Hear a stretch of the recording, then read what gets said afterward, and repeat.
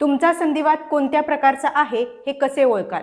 Generally संधिवाताचे खूप सारे प्रकार असतात आणि त्या प्रत्येक संधिवाताची लक्षणं वेगवेगळी असतात. त्यामुळे प्रॉपर डायग्नोसिस झालं तरच योग्य ती ट्रीटमेंट करू शकतो. Number 1, osteoarthritis. हा सगळ्यात जास्त आढळणारा संधिवाताचा प्रकार आहे. आपल्या वयानुसार होणारा जो संधिवात प्रकार आहे तो हा ऑस्टिओआर्थरायटिस आहे.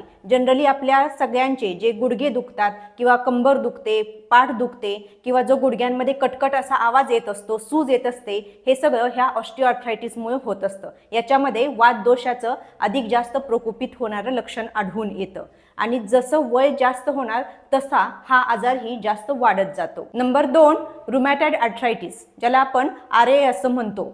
तर हा महिलांमध्ये जास्त प्रमाणामध्ये आढळतो आणि अनुवंशिक कारणामुळे किंवा आपल्या प्रतिकारशक्तीमध्ये बिघाड झाल्यामुळे होणारा हा RA हा संधिवाताचा प्रकार आहे. याच्यामध्ये अचानक थकवा जास्त येणे, अचानक वजन जास्त कमी होणं, सांध्यांच्या ठिकाणी लालसरपणा जाणवणं, सांध्यांच्या ठिकाणी सूज येणं आणि हा जो संधिवाताचा प्रकार आहे तो दोन्ही साईडच्या सांध्यांवरती आपल्याला ॲट ए टाइम सायमल्टेनियसली बघायला मिळतो.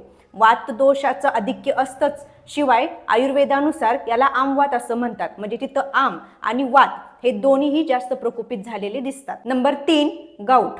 गाऊट हा रक्तातील युरिक ॲसिडचे प्रमाण वाढल्यानंतर होणारा आजार आहे आणि जनरली पुरुषांमध्ये जास्त प्रमाणामध्ये हा बघायला मिळतो.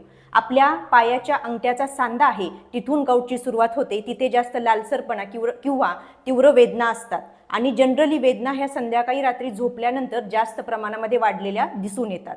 आयुर्वेदामध्ये गाऊटला वात रक्त असे म्हणतात. म्हणजे तिथे वात आणि रक्तदोष जास्त प्रकोपित झालेला आपल्याला आढळून येतो. जर तुम्ही टेस्ट करायला गेला तर RA नावाची टेस्ट आहे आणि युरिक ॲसिडसाठी युरिक ॲसिड लेवल चेक केली तर तुम्हाला प्रॉपर दोन्ही संधिवाताचे निदान लागू शकते. Number 4, ankylosing spondylitis. याला मणक्याचा संधिवात असेही म्हणू शकतो. आपली मान असेल, पाठ असेल, कंबर असेल, इथले जे मणके आहेत, वर्टिब्रा आहेत, हे सगळे या संधिवातामध्ये इन्व्हॉल्व असतात. जर तुम्ही एक्सरे केला किंवा MRI केला तर प्रॉपर या आजाराचे निदान लागू शकते. वरील प्रकारांव्यतिरिक्तही सोरियाटिक आर्थरायटिस, लुपस, टेंडनायटिस किंवा बर्सायटिस, स्प्रेन असे वेगवेगळे छोटे छोटे संधिवाताचे प्रकार देखील आपल्याला बघायला मिळतात.